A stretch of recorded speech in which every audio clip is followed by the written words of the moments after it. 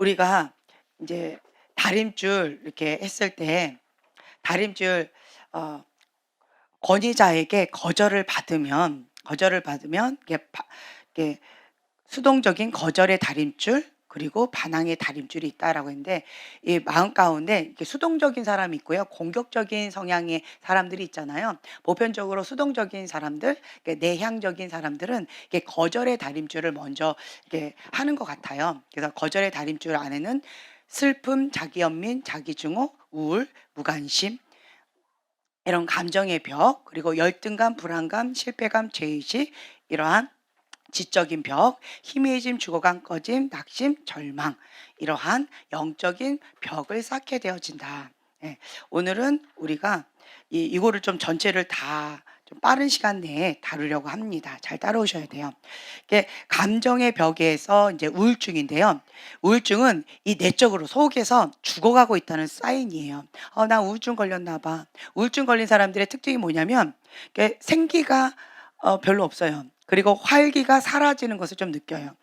그리고 항상 겉으로 좀 아파 보이죠. 피곤해 보여요. 그리고 이제 슬픈 모습이 좀 나타나지요. 그리고 참 슬픈 사실, 이 눈 밑에 뭐가 껴요? 예, 다크서클과 기미와 주근깨가 막 있어요. 안 그래도 슬픈데 죽어가고 있는데 그것까지 있어서 더 마음이 어려워요. 그리고 또 한 가지, 또 이 우울증 걸린 사람들의 특징 중에 하나가 또 이 머리카락에 또 변화가 있어요. 이 머리카락이 푸석푸석해지면서 아주 백발이 되어져 가든가, 아니면 이 머리카락이 그냥 움푹 빠지는 그런 안타까운 또 현실 가운데 직면할 수밖에 없어요.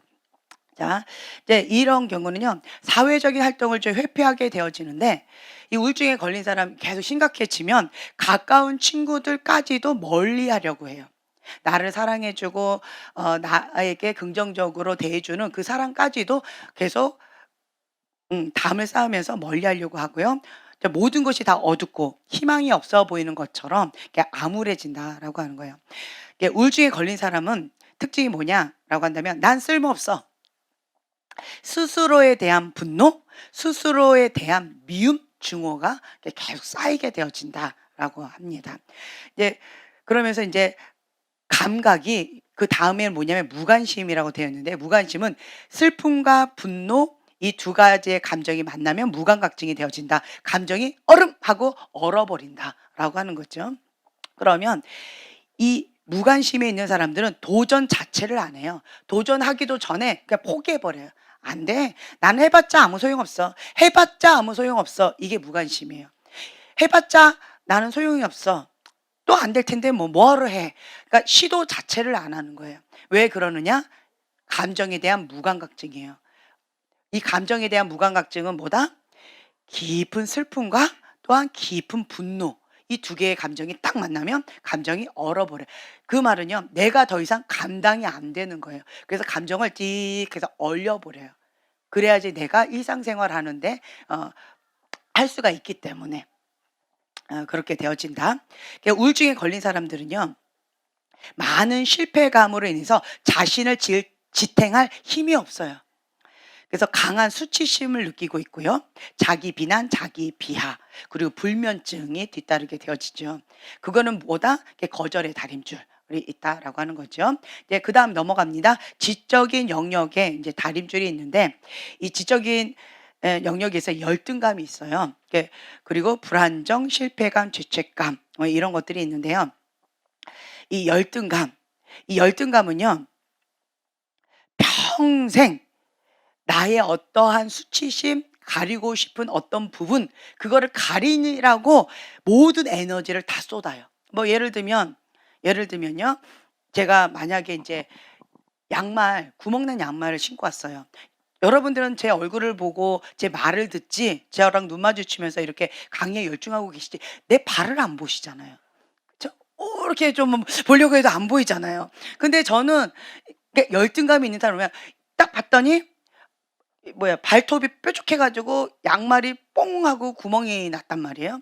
그러면 딱 보고 '어떡하지? 양말도 또 오늘 하필이면 없네.' 그렇다고 양말 없이 맨발로 강제상에 썩이도 뭐하고, 그렇다고 이거 어떻게 꼬맬 수도 없고 어쩔 수도 없고, 그래서 어쩔 수 없이 딱 신고는 왔는데 그 구멍 난 부분을 밑으로 싹 집어넣는데 자꾸 올라오네. 그리고 발가락이 이게 툭 튀어나오고 이러니까 참 마음이 힘든 거예요. 그러니까 강의에 열중을 해야 되는데 계속 나는 뭐에 신경 쓰일까요?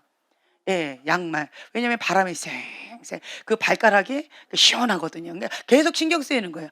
그래서 계속 나는 발가락을 꼼지락꼼지락하면서 가리느라고 힘든 거예요. 그러니까 뭔가 불편해요. 모든 에너지를 저 사람이 갑자기 어? 이랬어요. '내 양말 봤나? 내 발가락을 봤나?' 이렇게 자꾸 신경이 쓰이는 거야. 그 사람 내가 했을 때 그냥 다른 생각 아니라 했는데, 나는 내가 수치스럽게 느끼는 이 부분을 감추기 위해서 계속 하고 있기 때문에 모든 해석이 다 그쪽으로 간다. 그래서 평생 열등감은요, 나의 감추고 싶은 어떤 부분이 있죠. 수치심. 그 부분을 감추느라고 모든 에너지를 쏟는 거예요. 그게 이제 열등감. 이 열등감은 자신을 남하고 비교하는 거예요. 비교하는 사람 있죠. 이 사람하고 저 사람하고 항상 비교하는 사람. "너도 잘했는데 너가 더 잘했어." 이렇게 비교하는 거 있죠. 그러니까 빨간색은 빨간색대로 존귀하고 파란색은 파란색대로 정말 귀하다, 이렇게 표현을 하면 되는데, 요거하고 요거 했을 때 "너가 또 좀 더 나은 것 같아." 이런 식의 비교하면서 하는 이러한 것, 그리고 자신이 남보다 못하거나 부족하다는 생각에서 오는 느낌, 이것이 이제 열등감이다. 이 열등감에 있는 사람들은 이렇게 거절감, 그리고 또 열등감, 이거가 이제 "마귀의 놀이터다."라고 표현을 합니다. 왜냐하면 이 열등감 가운데 있는 사람은 자기를 만족해 할까요? 항상 불안해할까요? 항상 긴장감 가운데 있을까요? 예. 그렇기 때문에 그 열등감 가운데 마귀의 놀이터가 되어져서 이렇게 믿음의 행위를 못하도록 한다. 믿음의 반응을 하지 못하게 해요. 그래서 "나는 너무 뭐뭐뭐해." 이렇게 자기 비하가 많은데요. 예를 들면 "나는 너무 못났어." "나는 너무 이것도 못하고 저것도 못해." "나는 그림을 못 그려." "나는 너무 키가 작아." "나는 너무 키가 커." "나는 너무 멍청해." "나는 너무 말랐어." "나는 너무 뚱뚱해." "나는 너무 못생겼어." "나는 너무 이래." 다른 거 다 괜찮은데 이 눈이 쫙 찢어졌어. 다른 거 다 괜찮은데 얼굴이 너무 빵빵해. 이런 거 있죠. 그래서 "나는 너무 이거 이래." 이런 경우. 그래서 어떤 굉장히 예쁜 여자가 있는데 그 여자가 열등감 가운데에서 자꾸 성형수술을 했대요. 성형수술하고 하다가 결국은 예전에 과거에 그 풍선 아줌마, 그 사건 아시죠? 저는 그걸 잘 모르는데 그렇다라는 얘기를 들었어요. 얼굴은 못 봤어요. 근데 너무 예쁘게 생기신 분이래요. 너무 예쁘게 생기신 분인데 다 예쁜데 코가 너무 쪼끔 좀 더 어떻겠으면 좋겠는 거죠. 다 예쁜데 여기 좀 더 깎았으면 좋겠는 거죠. 너무 다 예쁜데 눈이 쪼끔만 더 이렇게 좀 이렇게 더 커졌으면 좋겠다. 이런 거 있죠. 이제 그러다 보면 이제 성형수술에 중독증 걸려 가지고 힘겨워지는 그런 게 있다. 그게 왜 그렇다? 열등감. 예. 자기 만족을 못 하는 거예요. 다른 사람하고 나하고 비교했을 때 항상 나는 열등한 거예요. 이 열등감이 강한 학교가 어딜까요? 예. 서울대학교. 또 카이스트. 또 하버드. 네. 우리는 인제 그러한 데들을, 그리고 연대, 고대 이런 데도 좀 그랬을 것 같아요. 인제 보면은 어 어느 정도 이렇게 잘하는 아이들 보면 항상 몇 등을 해요? 1 등을 해요. 항상 1 등을 해요. 항상 1 등을 해야지 잘한 거예요. 그냥 잘한 거예요, 그냥. 아주 잘한 게 아니고 항상 1 등을 해야지 그냥 잘한 거예요. 그런데 이 여기에서 2 등을 하면 못한 거예요. 그래서 공부 잘하는 1, 2, 3등 아이들이 자살하거나 "나는 공부 못해. 나는 이대로 살아서 뭐 해."라고 막 뉴스에 나오는 사건들 많잖아요. 우리는 그런 아이들 보면 어떻게 생각해요?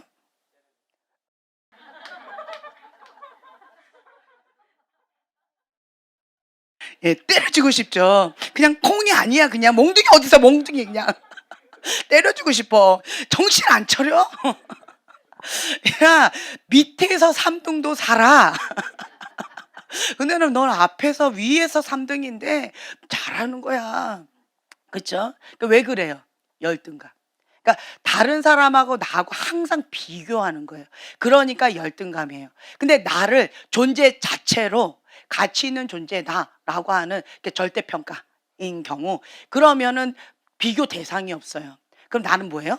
너무 잘한 거예요. 좀 전에 우리 막내딸이 저한테 그 머시멜로 그거를 갖고 왔어요, 마시멜로. 이제 그거 갖고 인제 우리 아이들이 너무 좋아하고 맛있어하고 이랬는데, 근데 한 아이가 너무너무 먹어 가지고 "야, 그거 먹으면 살쪄. 먹지 마." 막 이렇게 했더니 밑에 있는 아이들이 그 얘기를 듣고는 그거 먹으면 이렇게 갑자기 빵이 되는 걸로 착각을 하나 봐요. 그래 가지고 나한테 다 갖고 왔어요 지금, 엄마 살찌라고.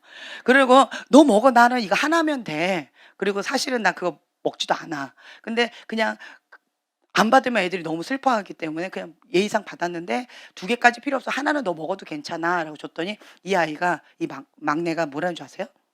살쪄요. 자기 살찌면 안 된대. 내가 순간 분노가 막 올라와서 "네가 살쪄야지 내가 살쪄야 되겠냐." 마른 아이들이 자기 살찌면 절대로 안 된다라는 거예요. 그게 뭐예요? 네, 열등감. 왜 자기 살찌면 안 된다는 거야? 비교하는 거예요, 어떤 거. 이게 열등감이라는 거죠.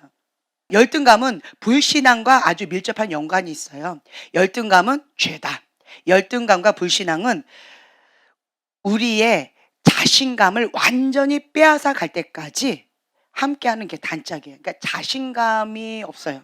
열등감이 있는 사람들은 자신감이라고 말하기는 참 어려워요. 열등감하고 친구가 뭘까요? 우월감. 예, 우월감이요. 내가 뭔가 '아, 나 못했다.'라고 하면 열등감까지 푹 꺼졌다가 내가 좀 이번에 좀 괜찮게 한 것 같아요. 그럼 뭐예요? 우월감으로 확 올라가요. 그러면 이 우월감에 빠지면 어떻게 되는 줄 아세요? '난 너보다 잘해.' 그러니까 비교하는 거예요. '난 너보다 나아.' 이렇게 다른 사람을 그냥 꽝 이렇게 누른다라는 거죠. 그러니까 열등감과 우월감은 동전 앞뒷면하고 같아요. "난 열등감이 있어요." 그런 사람은요, 우월감이 있어요. "난 우월감이 있어요."라고 하는 사람은 반대로요, 열등감도 있어요. 좀 잘했다 싶으면 우월감, 좀 못했다 싶으면 열등감. 여기서 왔다 갔다 한다라는 거죠. 그래서 자신감을 빼앗아 간다. 자, 그다음 넘어갑니다. 이게 불안전. 이게 불안정, 요 부분을 제가 오늘 준비하면서 참 마음이 애리고 아픈 부분이 있었어요. 이게 부모가 두 종류의 부모가 있는데, 권위적이고 엄격한 부모형이 있고요. 사랑과 온화한 부모형이 있어요. 여러분들은 어떤 부모형입니까? 할렐루야. 사랑과 온화한 부모형입니다. 아멘. 그러면 정말 축복이죠. 예. 그러면 다르게 또 질문해 볼게요. 우리 부모님은, 나의 부모님은 어떤 분이셨어요? 권위적이고 엄격하신 부모님이셨어요? 사랑과 온화한 부모님이셨어요? 갑자기 마음이 무거워지시나 봐요. 네. 대답을 안 하시네? 답이 없어요. 네. 답이 없으시군요. 이건가 저건가 헷갈리시나요? 어 대부분 한국 사람들의 부모님 형을 봤을 때 대부분이에요. 보편적으로 사랑과 온화한 부모님이 필요합니다. 그쵸? 예, 필요해요. 권위적이고 엄격한 부모님이 참 많아요. 한국 부모님은 교육열이 뛰어나고 그리고 수치 문화에 있기 때문에 많이 혼내요. 그렇게 체면 문화가 강하기 때문에 많이 혼내요. 그러니까 엄격하고 그리고 권위적인 그런 부모님 상이 참 많이 있어요. 그러다 보니까 아무리 잘해도, 그러니까 완벽주의 기질의 부모님 밑에서 자라다 보니까 나는 이거를 잘했지만 꼭 옥의 티를 발견하셔서 "이거를 못했으니까 너는 낙제야."라고 하는 형식으로 하는 부모님들이 참 많이 있어요. 그러다 보면 나는 98점을 받아도 항상 뭐예요? 부족한 아이예요. 난 모자란 아이예요. 다른 말로 열등감 가운데 항상 자기 스스로를, 그러니까 98점짜리를 어떻게 해요? 찢어버리는 거예요. "이거는 점수도 아니야." 이렇게. 왜 그럴까요? 부모님한테 인정받지 못했거든요. 부모님한테 칭찬받지 못했거든요. 그렇기 때문에 스스로 그런 거를 찢어버리는 거예요. 100 점이 아니면 "그거는 점수가 아니야." 뭐 이런 식의. 네. 그러한 분위기 가운데 있게 되어지면 이 거절감이 굉장히 심해요. 거절감. 그리고 거절감이 막 거절감을 많이 받으면 그러면 이제 불안정하죠. 마음이 불안정해 항상. 또 거절감 받을까 봐. 또 거절받을까 봐. 또 상처받을까 봐 항상 불안해요. 긴장을 하고 있어요. 그리고 또한 이런 사람은 사랑의 결핍이 있지요. 항상 공허해요. 메말라 있어요. 이렇게 되어지면요. 깊은 열등감 가운데 빠지게 되어진다. 권위적이고 엄격한 부모 밑에서 자란 아이들은 깊은 열등감이 있어요. 내 안에. 근데 반대로요. 사랑과 온화한 부모님 밑에서 자란 아이들은요. 여러분 이렇게 부모형 이렇게 보면요. 극단적으로 무조건 자기 상처로 인해서 아이를 그냥 오냐오냐 키우는 부모 있죠. 그런 부모를 사랑과 온화한 부모라고 우리가 얘기하지 않습니다. 예. 경계선은 분명히 해요. 안 되는 거는 안 되는 거예요. 되는 건 되는 거예요. 그 질서 안에서 사랑으로 그리고 수용하는 그러니까 공의와 사랑의 하나님 그 성품을 가지고 사랑과 온화한 부모님으로서 아이들을 그렇게 키운다라는 거죠. 채찍과 사랑으로. 예. 이렇게 키운다라는 거예요.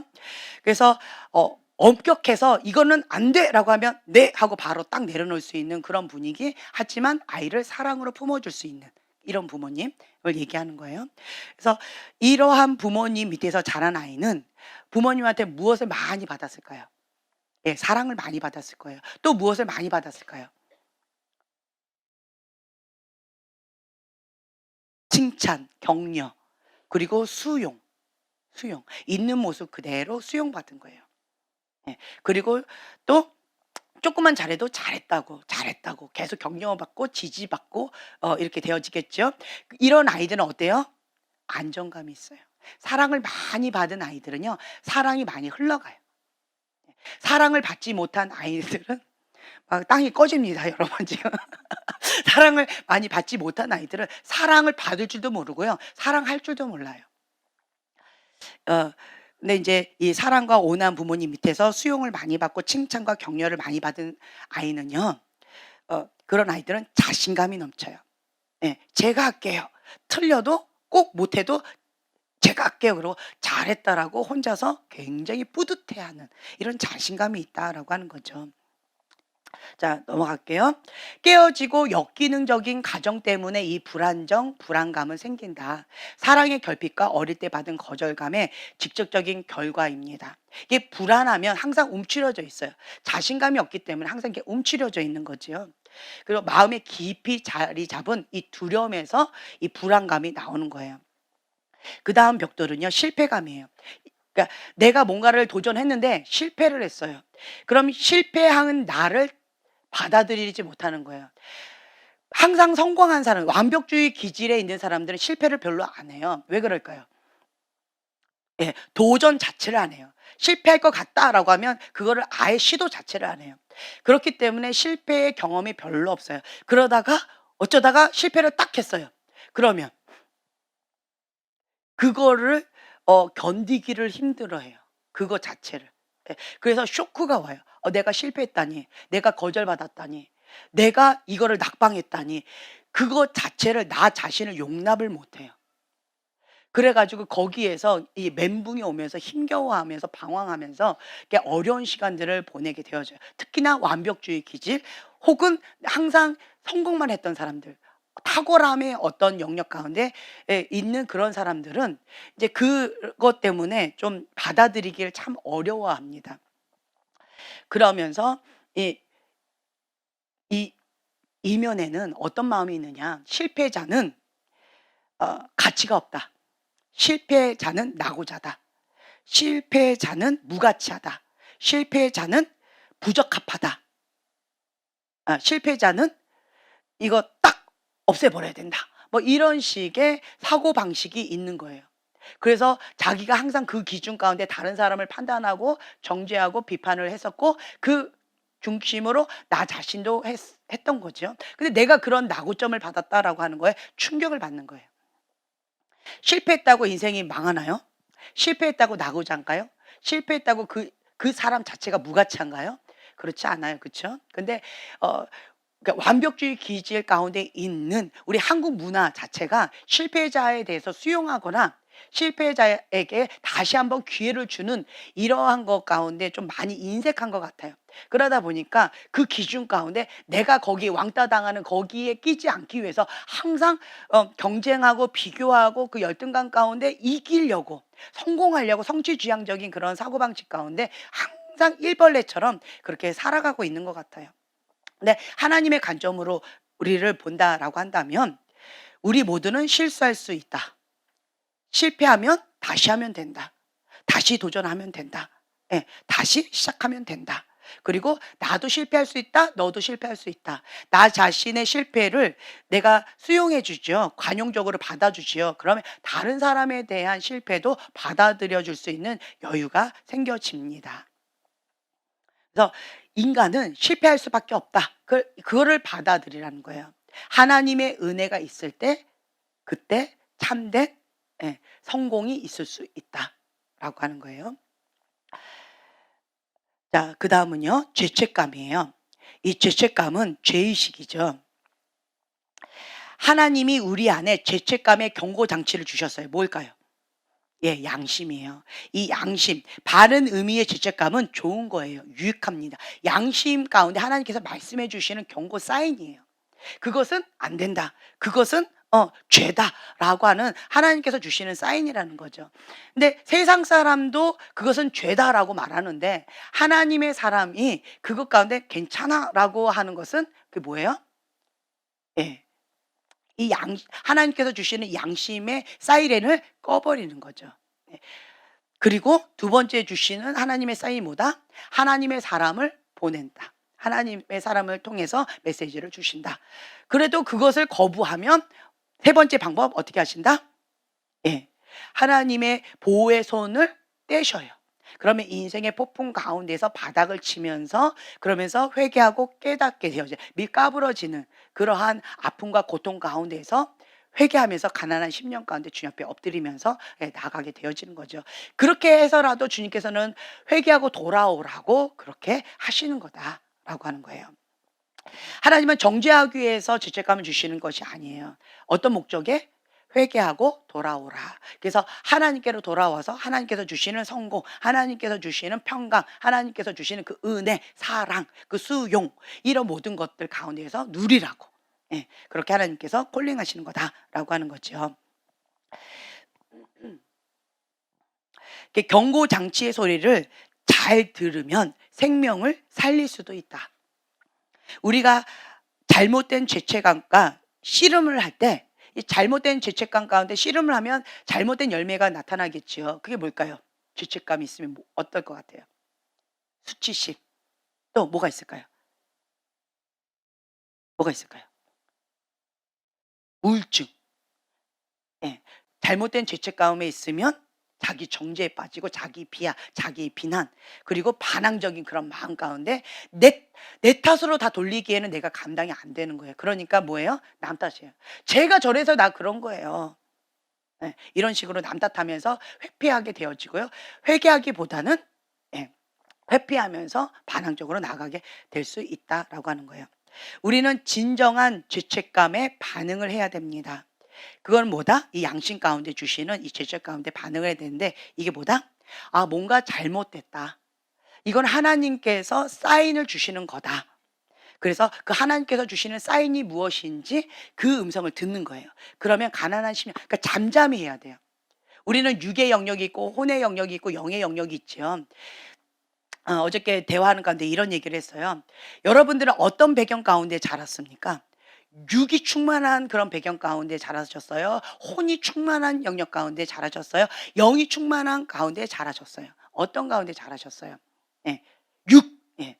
어떤 사람은 이 감정의 영역, 지정이 감정이 업앤다운하면서 힘겨운 그러한 가운데 있었다라고 한다면 쓴뿌리 용서하지 못한 이런 싸움들이 많았다라고 한다면 이제 혼의 영역이었을 것이고요. 또 어떤 사람은 이 영적인 영역, 하나님의 성전에서 가까이 어릴 때부터 사무엘처럼 그렇게 자라나는 그런 분위기가 있었다라고 한다면 뜻을 정해서 다니엘처럼 그렇게 나를 구별되어 드리면서 하나님의 보호 가운데에서 그렇게 자랐다라고 한다면 영적인 보호 가운데서 자랐겠죠. 그러면 나의 환경이 어떤 영역이냐에 따라서 그 분야가 많이 개발이 되어졌을 거예요. 육적인 환경이다 그러면 육으로 충만했겠죠. 혼적인 영역이다면 쓴뿌리, 상처, 용서하지 못한 마음, 이것이 불불하고 이거 뭐 자기의 틀, 사고, 뭐 이성 이런 것들이 강한 그런 분위기 가운데서 자랐다 그러면 그것이 자기 의가 굉장히 강하겠죠. 선악과 굉장히 강하겠죠. 그리고 하나님의 은혜 가운데에서 그렇게 자랐다라고 한다면 이 영적인 분위기에서 자랐겠지요. 네, 그것이 많이 이렇게 자연스럽게 풀어졌겠지요. 여러분들은 어디예요? 어디예요? 예, 혼적인 영역. 예, 어떤 사람은 육적인 영역. 그러면 어 아버지는 육적인 영역, 어머니는 혼적인 영역, 자녀는 그럼 어딜까요? 예, 둘 다. 뭐 이렇게 되어지겠죠. 그러한 상황 가운데 자라다가 지금 현재 우리는 무엇을 계속 추구하면서 나아가요? 이 영적인 영역을 계속 개발하면서 이렇게 나아가고 있는 거예요. 왜냐? 이 영이 하나님과 만나는 곳이 어디예요? 영이에요, 영. 나의 영과 하나님 만나는 거예요. 예배하는 그곳 가운데 하나님 만나는 거죠. 그래서 이쪽을 인체에서 개발을 하고 나니까 이게 좀 부자연스러운 거죠.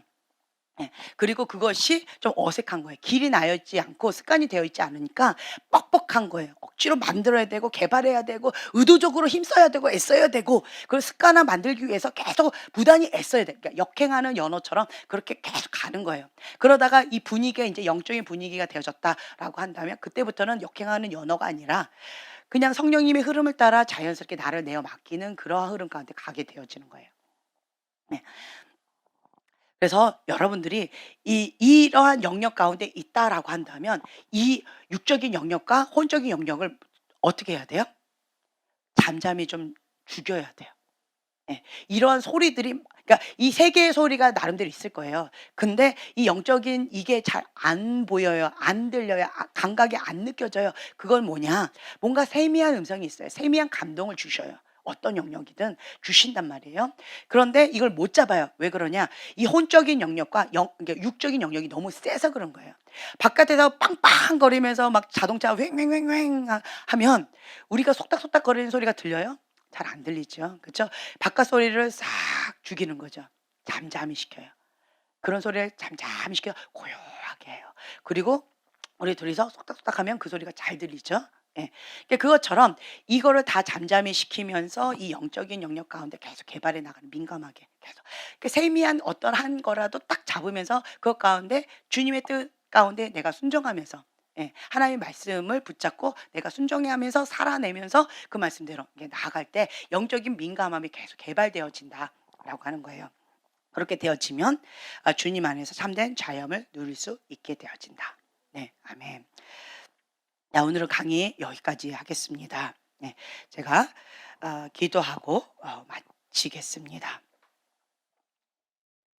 불의한 권위자에게 거절감을 통하여서 감정적인 벽, 지적인 벽, 영적인 벽을 쌓으면서 나 스스로가 열등감에 빠지고 그리고 강한 수치심 가운데 벽을 쌓았던 것들을 이 시간 인식하고 인정합니다. 그리고 예수의 이름으로 그것을 파쇄합니다. 하나님부터 오지 않은 모든 것들을 예수의 이름으로 거절합니다. 대적합니다. 예수의 이름으로 파쇄합니다. 주님, 하나님부터 오는 그 아름다운 그 마음들 하나님은 있는 모습 그대로 공감해 주십니다. 그리고 하나님의 사랑과 공의 안에서 나를 수용해 주십니다. 안정감 가운데 평강 가운데 주님의 사랑으로 나를 덮어 주십니다.